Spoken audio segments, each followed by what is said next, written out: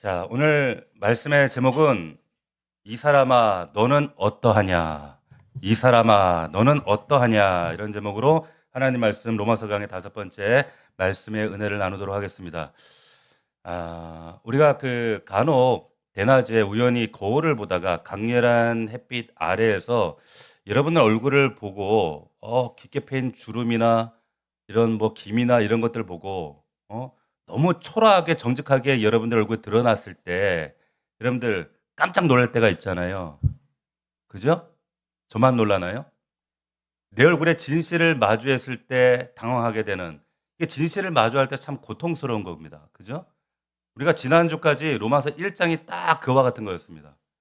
그러니까 그런 느끼는 감정이 동일합니다. 하나님께서 우리가 지난주에 하나님을 자기 마음 가운데 거부하고 하나님 모셔두기를 인정하지 않는 그걸 뭐라고 했습니까? 불경건이다. 하나님 없습니다.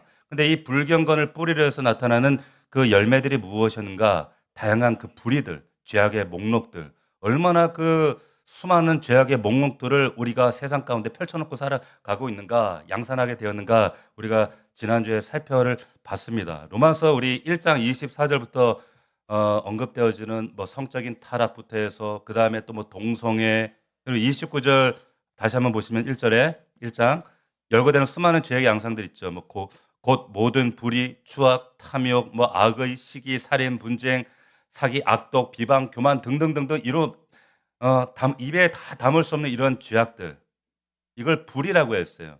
불경건, 하나님 없음, 이 뿌리의 열매로 나타나는 현상들이다. 그래서 이것이 1장에 하나님을 거부했을 때 나타나는 현상이다, 이렇게 말씀을 드렸습니다. 세상 보세요. 그 양상들이 너무나 뚜렷하죠. 자, 이때 하나님 내리신 가장 무서운 심판이 있었죠. 그 심판이 뭐였다고요? 내버려 두심. 우리 따라해 봅시다. 내버려 두심. 내버려 두심이다, 이렇게 표현을 했어요. 기억나시죠?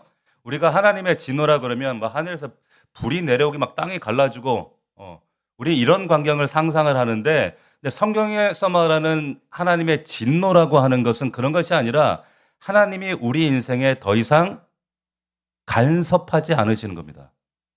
간섭을 안 하는 거예요. 그게 내버려 두심, abandonment, 냅두는 거예요, 그냥. 헬라어로 보면 파라디도미라고 한 말인데 뭐냐? 하나님이 붙잡고 있던 손을 놔버리는 겁니다. 놔버리는 거예요. 자, 아이가 가스레인지를 향해서 손을 뻗어요. 그러면은 부모가 안 돼! 소리 지르면서 손등을 때려서라도 그 때리면 그거는 매가 아니라 사랑이죠. 근데 그 부모가 방치하고 불에 되든 다치든 말든 그러면 그래 고개를 돌려버려? 네 마음대로 해요. 그거는 이미 부모 마음에서 그 아이가 지워진 거죠. 이게 바로 심판이라는 거예요. 버렸다 이 말이에요. 기억하십시오, 여러분. 우리가 죄 가운데 살면서도 마음이 편안해? 아무렇지도 않아? 여러분, 그건 축복이 아니라 하나님이 여러분들을 진노 가운데 내버려 두셨다는 가장 소름 끼치는 하나의 증거일 수 있다, 이런 말씀 드렸어요. 그래서 이 로마서 1장의 이런 결과물들에 대해서 자세하게 열거하던 이 사도 바울이 1장 말미에 뭐라고 설명하는가, 여러분 32절을 다시 한번 보세요. 1장 32절 같이 한번 읽어보겠습니다. 시작. 그들이 이 같은 일을 행하는 자는 사형에 행한다고 하나님께서 정하심을 알고도 자기들만 행할 뿐만 아니라 또한 그런 일을 행하는 자들을 옳다 하는 거예요. 같이 박수치고 같이 죄 짓는 거예요. 부끄러운 짓 하면서 부끄러운 짓인지도 모르고 동성애를 행하고 악한 데를 행하고 그러면서 옳다 주장하는 겁니다. 외치는 겁니다. 자, 이런 사람, 그러니까 이게 지금 사형이다, 이 말은 뭐예요? 야, 더 이상 소망 없다, 끝났다, 야, 희망의 동아줄이라고는 완전 절망 상태다. 이 절망 상태에서 빠져나올 길은 있다 없다? 없다. 이게 32절의 선언이었어요. 목사님, 복음은 기쁨이라면서요. 왜 이렇게 참담합니까? 왜 이렇게 절망적입니까?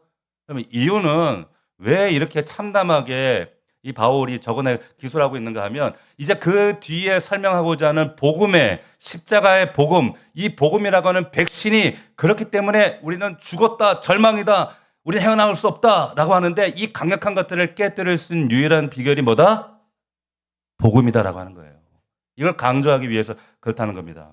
그래서 여러분, 겉으로 보기에는 1장 결론이 사형에 해당된다 이렇게 나오니까 이게 결론 같지만 사실은 제가 앞서 설명드렸지만은 사실 그 로마서의 결론은 1장의 결론은 뭐냐면 1장 16절 나눴죠. 뭐였습니까? 내가 복음을 부끄러워하지 아니하는 이 복음은 모든 믿는 자에게 구원을 주시는 하나님의 능력이라는 거예요. 할렐루야.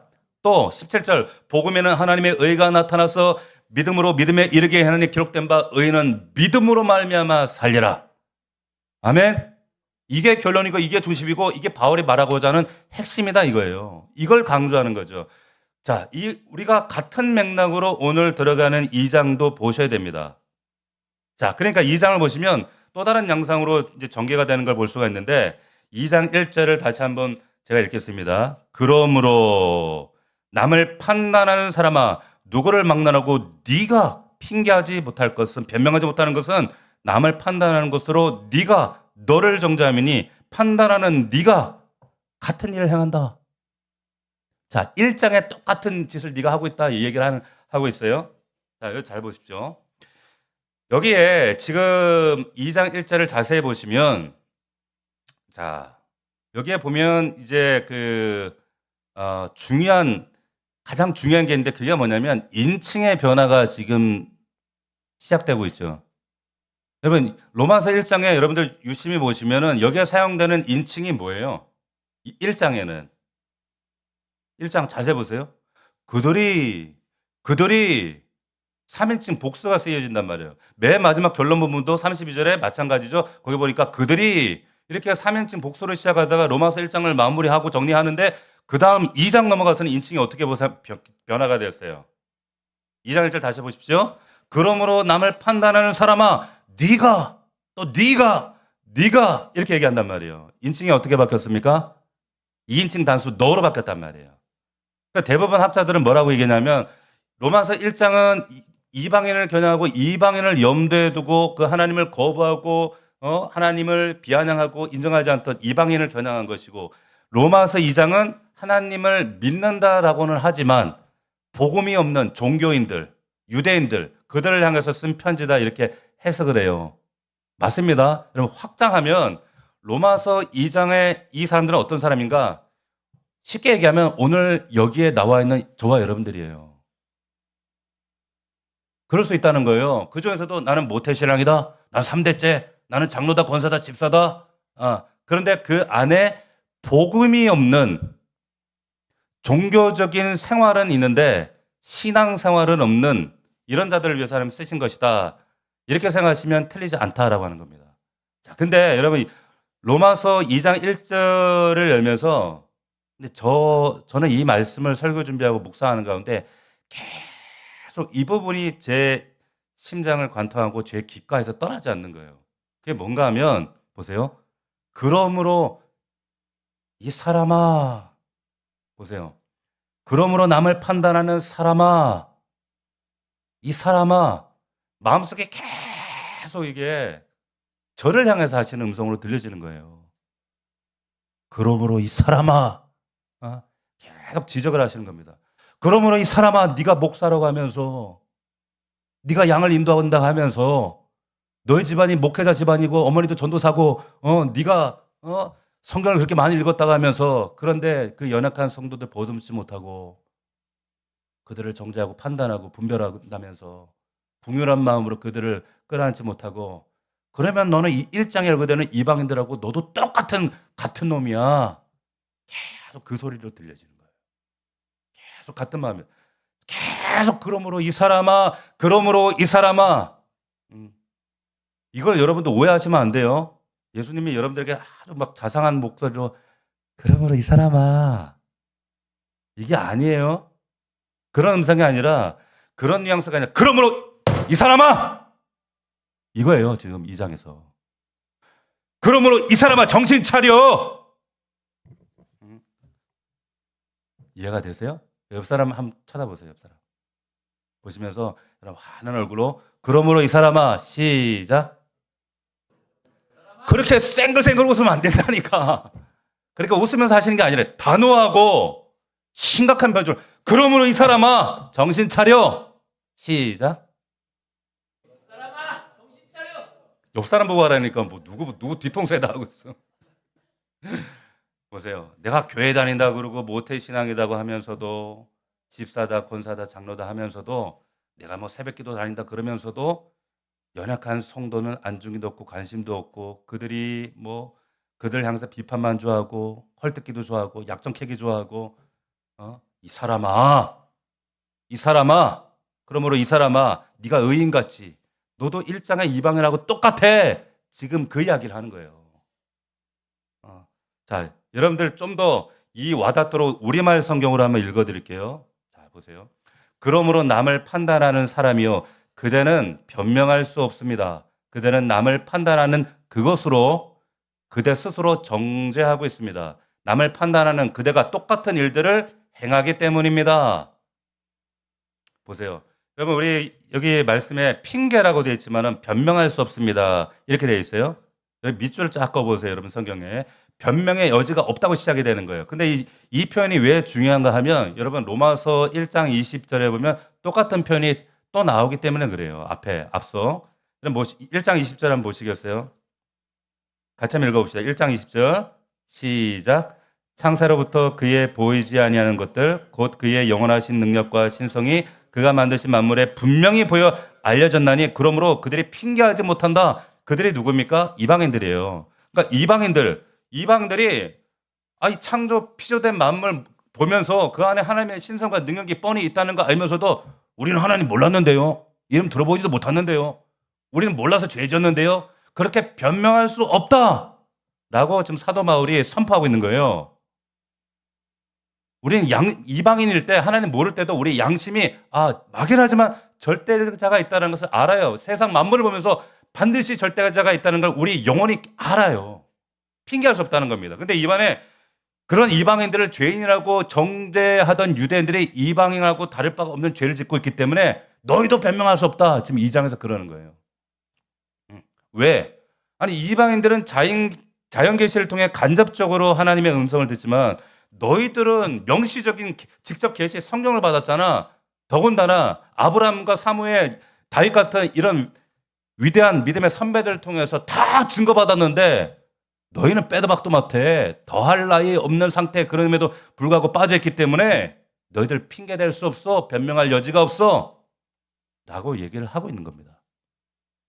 자, 제가 성경 공부를 그 청년들을 가르칠 때 혹은 우리 그 부목사 시절에 제자 훈련할 때 보면 꼭 이게 초신자들 가운데 창세기 시작부터 이렇게 막 따지고 덤비고 뭔가 불만이 많은 거예요. 그래서 질문하는데 이런 질문해요. 뭐라고 하냐면 아니 목사님 선악과 내가 따먹었습니까? 아담과 하와 그놈들이 따먹었는데 왜 걔네들 따먹은 걸 내가 책임져야 됩니까? 말이 안 되잖아요. 그러면서 저 막 불만조로 막 저를 다그치는 분들이 있었어요. 그런 분들 꽤 많아요. 그렇잖아요. 지금도 그런 생각하시는 분도 있을걸? 있어요? 있는 분 한번 손 들어보세요. 그렇죠. 우리 교회는 그런 수준은 아니에요 아직. 보세요. 그러니까 근데 여러분 잘 보세요. 그런 질문들을 하기 전에 이런 질문을 하셔야 돼요. '나는 삶 속에서 매일 선악과를 따먹고 있지는 않는가? 나는 하나님의 뜻에 날마다 불순종하며 살고 있지는 않는가?' 말씀 들어요? 근데 말씀대로는 안 살아요. 생활만 한단 말이에요. 종교 생활. '나 교회 왔어? 이제 또 갈 거야.' 갈 생각만 하는 거죠. 정직한 자기 반성으로 자기 내면을 성찰을 하지 않나요? 그러면 나 같은 사람이 여러분 같은 사람들, 그 사람들이 당시에 에덴 동산에 있었다면 과연 아담과 달랐을까? 여러분 아담과 달랐을까요? 여러분들이라면 아담과 하와와 달랐을까요? 다르지 않았어요. 이런 반성하는 성찰하는 질문을 하셔야 된다는 거죠. 사람들은 다른 사람을 정죄하는 데는 굉장히 빠릅니다. 근데 자기 자신에 대해서는 굉장히 관대해요. 그죠? 성찰조차 안 해요. 여러분 사울 왕에게 쫓겨던 다윗이 얼마나 살해 위협을 당하면서 그런 생각하지 않았겠습니까? 이 사울만 사라지면 내 인생이 좀 평안할 텐데. 그런 생각 많이 했겠죠. 그런데 정작 자신이 왕이 되었을 때는 자기 죄를 가리기 위해서 그 죄 없는 우리아를 죽이려고 사주해서 결국 죽여 버립니다.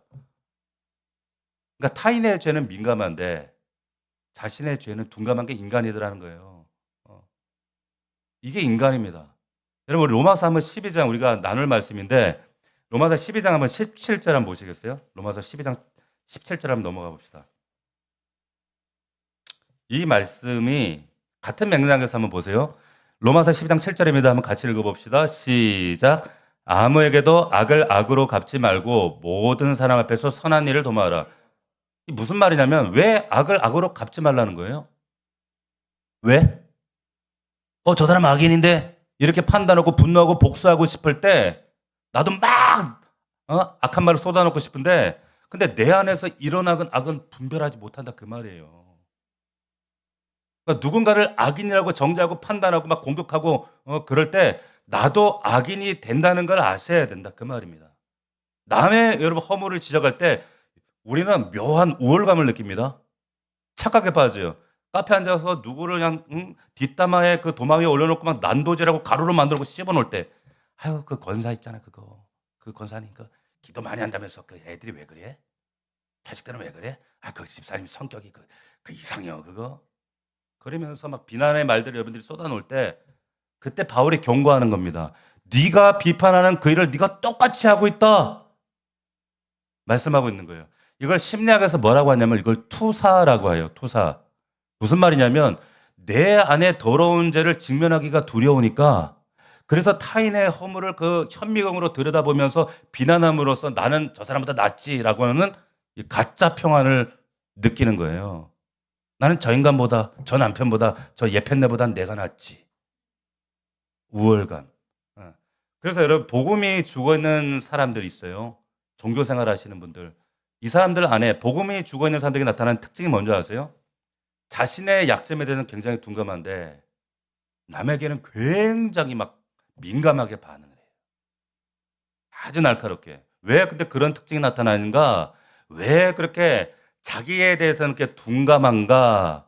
산상수훈에서 그 이유를 예수님이 설명을 해 주셨어요. 그러면 기억나세요? 마태복음 7장에 보면 같은 맥락에서 여기에 나오는 이 판단 그리고 하나님의 심판 그리고 마태복음 산상수훈의 비판이 다 같은 단어입니다. 크리노, 크리마, 비판, 심판이라는 단어예요. 근데 보세요. 같은 견제에서 한번 들어보세요. 제가 읽어드릴게요. 비판을 받지 아니하려거든 비판하지 말라. 너희가 비판하는 그 비판으로 너희가 비판을 받을 것이다. 너희가 헤아리는 그 헤아림으로 너희가 헤아림 받을 것이니라. 여기 비판이라는 단어가 크리노입니다. 심판이라는 거예요. 자, 동일 맥락 이걸 바닥에 깔고 예수님의 지적이 계속 뭐라고 나오는가 하면 어떻게 나오는가? 어찌하여 형제의 눈 속에 있는 티는 보고 내 눈 속에 있는 들보는 깨닫지 못하느냐? 보라, 내 눈 속에 들보가 있는데 어찌하여 형제에게 말하기를 바로 내 눈 속에 있는 티를 빼게 해라 하겠느냐? 이 외식하는 자야. 먼저 내 눈 속에 있는 들보를 빼라. 그 후에야 밝히 보고 형제의 눈 속에서 그 다음에 티를 빼리라. 여러분 잘 아시죠? 자, 예수님이 지금 과장법을 쓰고 있습니다. 자기에 대해서는 그렇게 관대한데 남에 대해서는 그렇게 왜 그렇게 포악하게 반응하느냐? 이유가 뭐라 그래요? 잘 들으세요. 이유가 왜 그런가 하면 들보 때문이라고 얘기하는 거예요. 그럼 돌아가서 마태복음 7장 다시 보세요. 영어 성경에 보면 여러분 들보라는 말 여러분 우리 익숙하지 않지만 이게 영어 성경에 보면 뭐라고 나왔냐면 빔 이렇게 되어 있어요. 빔이 뭐예요? 빔. 건축 현장에 빔 있잖아요. 빔 세워가지고 건축 올리죠. 건축 재료 들보가 그거예요. 빔. 영어 성경에는 빔이라고 나와요. 무슨 말이냐면 들보가 여러분 눈 속에 들어가면 두 가지 현상이 나타납니다. 자, 티는 뺄 수가 있어요. 그죠? 후, 부러져. 나 뭐 들어갔어. 빼달라고 하잖아. 안약을 넣어도 빠져요. 그런데 들보는 내 힘으로 뺄 수 있는 게 아니라 그 말이에요. 또 한 가지 특징은 뭐냐? 들보가 여러분 내 눈을 장악하면 사람이 왜곡되게 보입니다. 다 왜곡되게 보여요. 그런 분들이 있죠. 다 이렇게 보는 사람도 있잖아요. 이렇게. 그치? 그러니까 복음이 없는 교회일수록 복음이 없는 신자일수록 복음이 없는 목사일수록요. 그리고 남을 그런 분일수록 자기에게는 관대된 남에게는 막 비판하고 정죄하고 심판하고 막 굉장히 율법적이고 날카롭게 반응해요. 복음이 없어 그래요. 들보 때문에 그렇다고 예수님이 말씀하시는 겁니다. 내 자력을 뺄 수 없다니까요, 들보가. 그러면 이 들보를 빼야 되잖아. 어떻게 빼요? 빼는 비결이 뭘까요?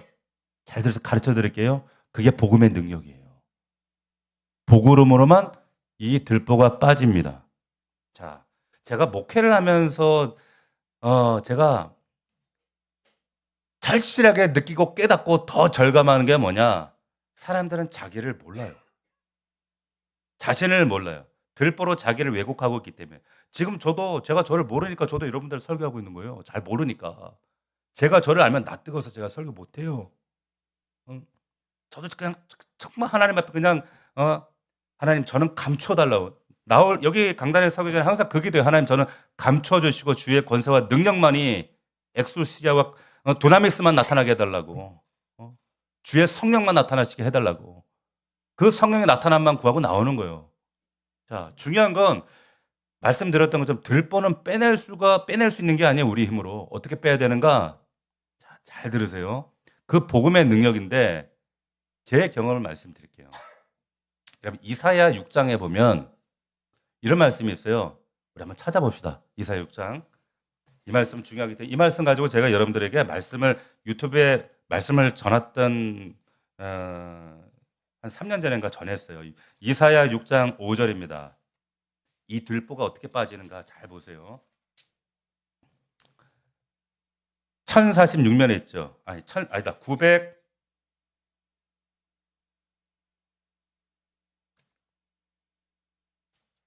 974면 이사야 6장 5절 찾으셨죠? 자, 이사야가 이렇게 고백을 하는 거예요. 들어보십시오. 그때에 내가 말하되 화로다 나여 망하게 되었도다. 자, 이사야가 자기 자신을 향해서 망하게 됐대. 난 입술이 부정한 자라고. 입술이 부정한 이 백성 중에 거주하면서 만군의 왕이신 하나님을 눈으로 본 거예요. 그래서 인간이 하나님을 보면 죽잖아요. 그래서 난 죽게 됐다 이러는 거예요. 자, 그런데 여기 보세요. 6장 5절에 그때에 화로다 나는 망하게 되었다. 근데 여러분 여기 5절에 나오는 그때가 어느 때입니까? 어느 때예요? 자, 이사야 6장 1절에 보면 보세요. 이렇게 나와요. 우시야 왕이 죽던 해에 내가 본즉 주께서 높이 들린 보좌에 앉으셨는데 그의 옷자락은 성전에 가득하였고 그럼 또 3절 보십시오. 서로 불러 이르되 거룩하다 거룩하다 거룩하다 만군의 여호와여 그의 영광이 온 땅에 충만하도다. 이것을 목도한 그때예요. 화로다 나는 망하게 되었도다. 그 영화로우신 하나님의 영광을 인간인 사람 이사야의 눈으로 보게 된 거예요. 그 목도하는 순간에 이사야의 눈에서 들보가 빠지더라는 겁니다. 자, 왜 그런가 하면 전에는 이사야가 선지자로서 백성들에게 저것들 때문에 저 하나님 앞에 불신앙하고 불순종하고 패역하고 저것들 때문에 나라가 망하게 되었고 저 우상 숭배하는 것 때문에 저것 때문에 온갖 죄악들 불의들 때문에 우리가 망하게 됐다 했던 그였는데 그렇게 생각했는데 하나님의 존재 앞에서 자기가 딱 서니까 그 거룩하신 목도한 이사야가 눈에서 들보가 딱 빠지니까 화로다. 누가? 내가 망하게 됐다는 거예요. 내가. 자, 잘 보세요. 여러분 목사님들이 제가 좀 부끄러운 제 얘기를 좀 하겠습니다. 목사님들이 직업병이 있어요. 뭔지 아세요? 목사님들이 어디를 가든 특별히 집에 가서도 목사 노릇 하려고 그래요. 제가 그랬어요. 그래고 집에 가면은 우리 사모한테 당신 말이야. 말씀대로 성경대로 이거 아니잖아요. 이러면 안 되지. 우리 애들도 잡아놓고 너 예수 믿는다고 청소년이 말이요. 학생이 말 그러면 되지. 안 되지. 그러면서 애들을 막 다그치고 지적질하고 그런단 말이에요. 어디 가서도 자꾸 가르치려고 그래. 근데 젊을 때 30대. 그런데 여러분 어느 날 집사람이 이제 힘들었나 봐. 저한테 심각한 표정을 지으면서 그날도 이제 제가 좀 애들을 잡고 난 이후에 애들을 막 다그치는 이후에 저한테 와서 그런 얘기를 하는 거예요. 근데 그 얘기를 잊을 수가 없어요. 되게 아팠거든. 뭐라고 하냐면 당신은 요거는 왜 집에까지 와서 목사 노릇 하려고 그래? 이러는 거죠. 저한테. 왜 집에까지 와서 목사 노릇 해? 그래갖고 제가 또 막 가르쳤잖아요. 그럼 목사가 목사 노릇하지 뭐 스님 노릇하냐 이러면서 제가 막 또 가르쳤잖아요. 근데 아내가 진지하게 왜 집에서는 목사 노릇 하지 마. 당신 남편이고 애들한테 아빠 노릇만 해 이러는 거예요. 제가 여러분 수없이 말씀 묵상하고 큐티하고 성경 얼마나 많이 바뀌었어요. 근데 그전에는 이 이사야 6장 5절이 안 들어왔어요. 안 들어왔습니다. 그런데 어느 날 이사야 6장 5절 말씀이 복음 안에서 제 안에 조명되어지더라고. 깨달아지더라고. 들보가 빠져버렸어요. 들보가 빠지더라고. 이후에 우리 아내하고 아이를 바라보는데 어떤 제 안에서 뭐가 올랐냐면 아내를 봐도 그렇고 우리 아들, 딸을 봐도 그렇고 그들이 어떤 연약함이 보이면 그냥 불쌍해 보이는 거예요. 전에는 지적질을 했는데 이제는 안쓰러운 거예요. 불쌍한 거예요. 본인은 얼마나 힘들까. 그리고 자꾸 눈물이 나와. 눈물이 나오더라고. 근데 달라진 게 없어요. 그런데 가정에 변화가 일어나더라고요. 보세요. 우리 사모님이요. 이 자리에 없으니까 우리 사모님이 결혼해서 지금까지 참 한결같아요. 이 말인즉슨 잘 안 변해요. 안 변해. 이게 좋은 뜻일 수도 있고 나쁜 뜻일 수도 있어요. 예? 알아서 해석하세요. 이게 좋든 나쁘든 사람은 잘 안 변합니다. 정말 안 변해요. 근데 그걸 바꾸려고 목사의 지게폰 가지고 아무리 지적해도 수없이 지적해봤지만 안 바뀌어요. 그런데 6장 5절 이 이사의 말씀을 딱 은혜로 제가 받았더니 화로다 나여 망하게 되었도다 이게 보인단 말이에요. 들보가 빠지니까 그러니까 다 궁휼해 보이고 불쌍해 보이고 안쓰러워 보이는 거예요. 바뀐 게 없는데 그러면서 가정이 바뀌더라고요. 그러고 나니까 아내가 너무 사랑스럽고 아이들이 사랑스러운 거예요. 여러분들 가정을 여러분 들보가 가득한 남편이 들보가 가득한 아내가 자녀들을 남편을 아내를 닥달하고 해집고 상처 주고 아직 복음에 녹아지지 않아서 그래요. 여러분 깨닫기를 축원합니다. 보세요. 여러분 자력으로는 뺄 수 없어요. 예수 그리스도의 십자가의 복음의 능력으로 이 들보는 빠지는 줄로 믿습니다. 할렐루야. 자, 보세요. 그러면 2절 보십시오. 2절에 보면 이런 일을 행하는 자들, 이런 자들 어떤 자들인지 아셨죠? 이런 자들에게는 이제 하나님의 심판이 진리대로 이게 누굽니까? 함부로 남 판단하는 자들. 이게 하나님의 심판이 이렇게 진리대로 임한다는 거예요. 여러분 이 앞에 2장 1절의 판단과 여기 하나님의 심판이 같은 단어입니다. 그러니까 판단 이퀄 심판이에요. 무슨 말이야? 네가 지금 하나님 자리 차지하고 있다 그 말이에요. 이제 진짜 두려운 건 뭐냐? 이제 그러면서 하나님 심판 이야기를 꺼내는데 이 진짜 우리가 두려워해야 될 하나님의 심판, 진노가 켜커이 쌓이고 뭐 아무 일도 없네, 죄도 상관없네, 죄 좋네 이러면서 하나님을 인식하지 않고 밀어내는 그들에게 하나님의 심판이 세 가지의 기준이 있다라고 설명을 합니다. 그 첫 번째 기준이 뭐냐? 2절을 보시면 잘 보세요. 이런 일을 행하는 자에게 하나님의 심판은 진리대로 되는 줄 우리가 안 돼요. 안 돼. 경험했다 그 말이에요. 자, 여기 잘 보세요. 2절에 여기 진리대로 하나님의 심판 밑줄. 3절 하반절에 하나님의 심판을 피할 줄로 생각하느냐 이 말은 뭐예요? 하나님의 심판 피할 수 없다. 밑줄. 심판은 여러분 진리대로 된다. 이게 어떻게 여러분들에게 좀 설명을 할까? 제가 고민하면서 자, 반대 명제를 여러분들 생각하시면 됩니다. 이렇게 생각하시면 쉬울 것 같아요. 여러분, 하나님의 구원은 은혜로 임하는 거지만 하나님의 심판은 진리대로 임하는 겁니다. 시작. 하나님의 심판은 진리대로 받는 거예요. 그래서 하나님은 은혜와 진리 하나님이신 거예요. 용서는 하나님의 은혜에 근거하지만 여러분 불같은 하나님의 심판은 말씀 진리에 기초한다. 벗어나지 않아요. 아, 난 사랑의 하나님만 선호해, 좋아해. 그쪽만 내가 선호한다고 해서 내가 반복해서 습관적으로 짓고 있는 이 죄악 가운데 있는데 너희가 그 공의를 피해갈 수 있을 줄 아느냐? 아니라는 거예요. 아니다. 아니라는 겁니다. 착각하지 마십시오. 마찬가지예요. 보세요. 이스라엘 백성들에게 하나님이 왜 하나님 구별된 제사장 나라로 삼으셨습니까? 이방 나라 보니까 개판이거든. 너희가 그들에게 구원과 의를 전하는 복의 통로가 되라. 하나님의 통로가 되라. 그런데 나중에 보니까 가나안 원주민보다 더 죄짓고 더 타락하네? 어떻게 하나님 진노를 안 하시겠어요?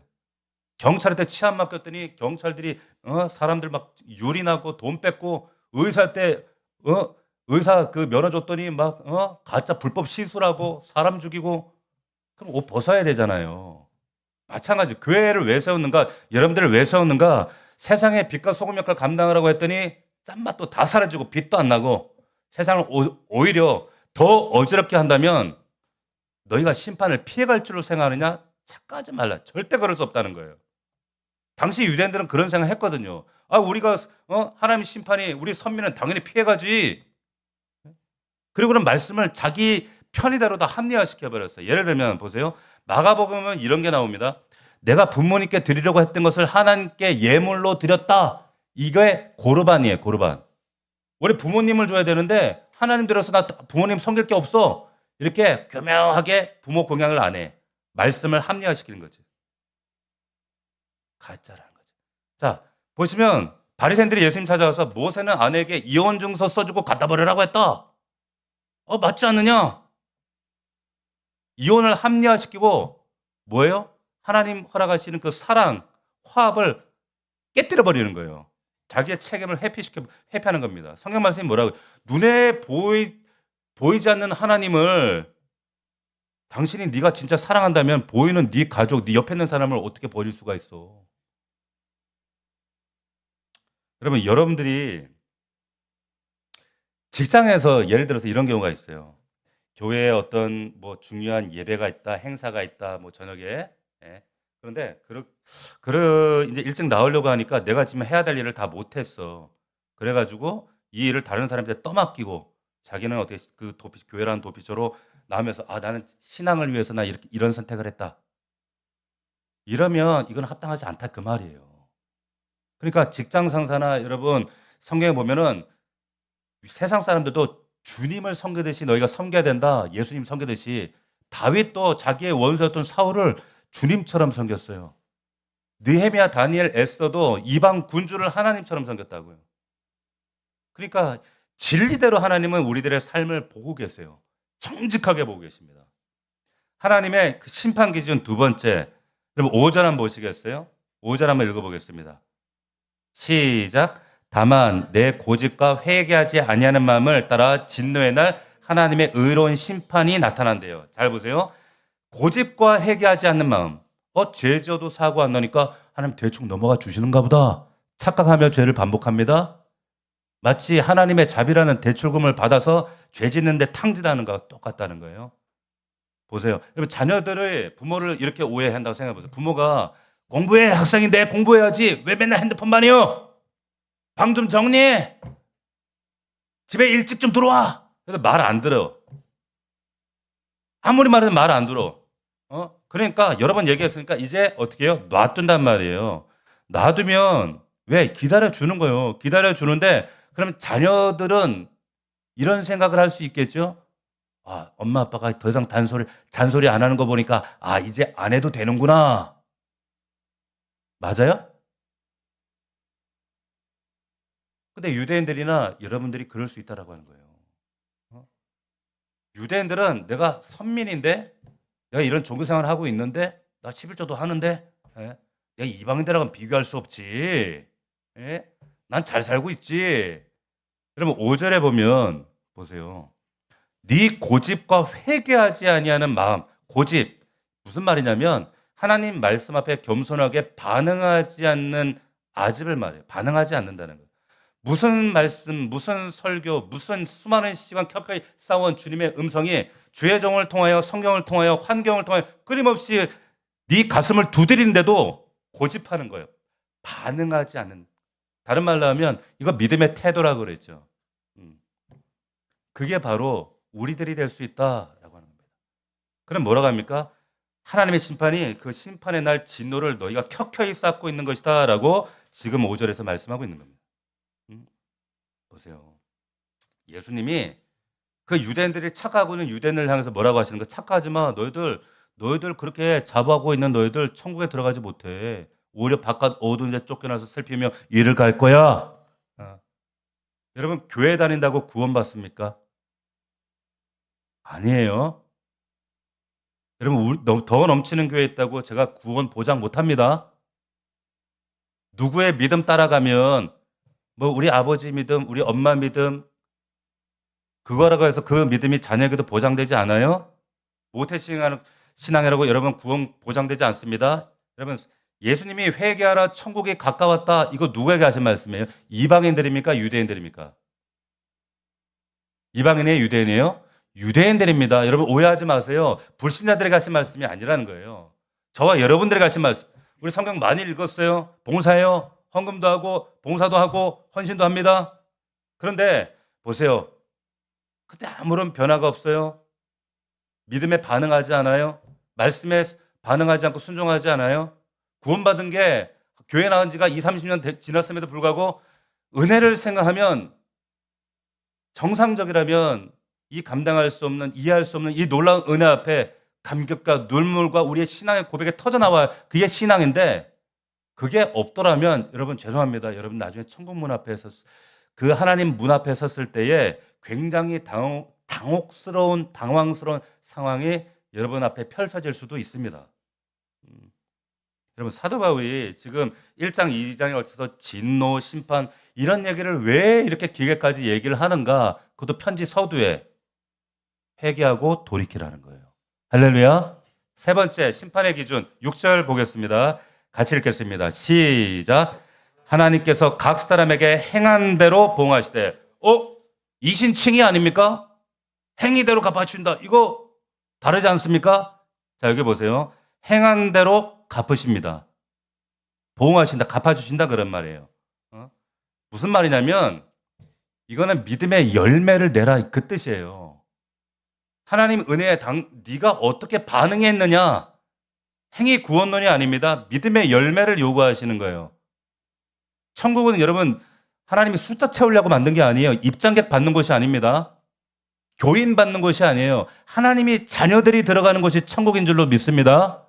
그러려면 하나님의 자녀라면 하나님 말씀, 진리에 순종해야지. 믿음의 태도와 반응을 보여야지. 왜 그 진리에 순종하지 않는가? 그렇다면 내가 주인이지 하나님이 주인인 건 아니라는 거예요. 천국의 주인이 될 수 없다, 그 뜻이에요. 말씀 맺겠습니다. 자, 참 무거운 주제이지만 우리가 마음에 깊이 새게 됩니다. 하나님의 1장의 하나님의 진노, 이게 세상을 향한 거라면 2장의 이 심판은 나를 향한 겁니다. 우리는 남을 판단하는 자리에서 내려와야 돼요. 하나님 자리입니다. 하나님의 인자하심이 우리를 기다려 주실 때 이게 여러분들 회개할 수 있는 골든타임입니다. 할렐루야. 결단하시길 바랍니다. 첫 번째, 남을 향해서 겨누었던 여러분 손가락질 거두고 내 가슴을 치십시오. 내 죄를 먼저 보게 해달라고. 두 번째, 하나님의 참으심을 당연한 권리로 여기지 마십시오. 이 정도는 괜찮겠지. 그 아니라면서 깨어나시고 하나님 거룩하심 앞에 서시길 바랍니다. 세 번째, 그럼 복음이라고 하는 것은 우리의 비참함을 깨달으면서 내가 얼마나 비참한 죄인인가를 깨닫는 그 지점에서 비로소 빛나요. 이사야 6장을 기억하십시오. 화로다, 내가 망하게 되었구나. 백성들을 정죄하던 선지자가 자기가 그 정죄받을 죄인이라는 걸 깨닫는 거예요. 그게 복음이에요. 내가 죄인인 거예요. 내가. 이 끝에서 하나님, 나를 정말 이 가난한 심령으로 거듭나서 정말 복음의 능력과 은혜를 만나는 우리 더 넘치는 교회가 될 수 있도록 도와주시옵소서. 이렇게 간구하는 저와 여러분들 되기를 주의 이름으로 축복합니다. 축원합니다. 기도하겠습니다. 이 시간 우리 조용히 한번 눈을 감고 함께 기도했으면 좋겠습니다. 하나님, 오늘 말씀드린 어떤 부분 가운데 내 심령에 찔렸던지 우리가 하나님 앞에 돌이키길 원합니다. 그동안 내가 정죄했던 그 사람이, 남편이, 아내가, 어머니가, 아버지가, 내가 심판하고 판단하고 정죄했던 그 사람이 바로 나 자신은 아니었는가? 하나님이 참아주시는 은혜를 멸시하며 고집부렸던 영역은 어디입니까? 주님, 제가 바로 그 사람입니다. 남을 판단하며 내 죄를 가렸던 비겁한 죄인입니다. 하나님의 인자하심을 이용했던 완악한 자입니다. 하나님, 나의 종교적인 교만과 가식을 깨뜨리길 원합니다. 불쌍히 여겨 주시옵소서. 내버려두면 죽을 수밖에 없는 나를 주의 보혈로 덮어주시고 다시금 소망으로 품게 하여 주시옵소서. 우리 시간 정직한 마음으로 하나님 앞에 기도하며 하나님의 긍휼을 구하며 주 앞에 나가도록 하며 기도하겠습니다. 다 함께 기도하겠습니다. 살아계신 아버지 하나님, 은혜와 사랑을 감사합니다. 하나님 아버지, 강팍한 우리의 마음과 우리의 완악한 마음을 주 앞에 내려놓게 하여 주시옵소서. 그러므로 남을 판단하는 사람아, 남을 심판하는 사람아, 누구를 막나고 네가 핑계하지 못할 것은 남을 심판하는 것으로 내가 너를 심판함이니 판단하는 네가 같은 일을 행하는구나. 이 말씀이 깨달았게 하옵소서. 아버지 하나님, 우리의 교만을 회개합니다. 하나님 불쌍히 여겨주시옵소서. 아버지 하나님, 끊임없이 우리 안에 불경건과 불의함으로 하나님을 인정하지 아니하며 하나님을 밀어내며 세상의 모든 죄악과 불의 가운데, 악함 가운데 하나님 몸부림 뒹구며 살아가는 우리의 죄악들, 하나님 우리의 눈이 가리워져서 우리의 심령이 어두워져서 오직 돈과 물질과 세상만 갈망하는 우리의 소돔과 고모라 같은 망령된 우리의 심령을 하나님 고쳐주시옵소서. 회복시켜 주시옵소서. 아버지 하나님, 더 넘치는 괴가 다시 한번 복음으로 소생될 수 있도록 하나님이 역사하여 주시옵소서. 아버지 하나님, 고쳐주시옵소서. 함께하여 주시옵소서.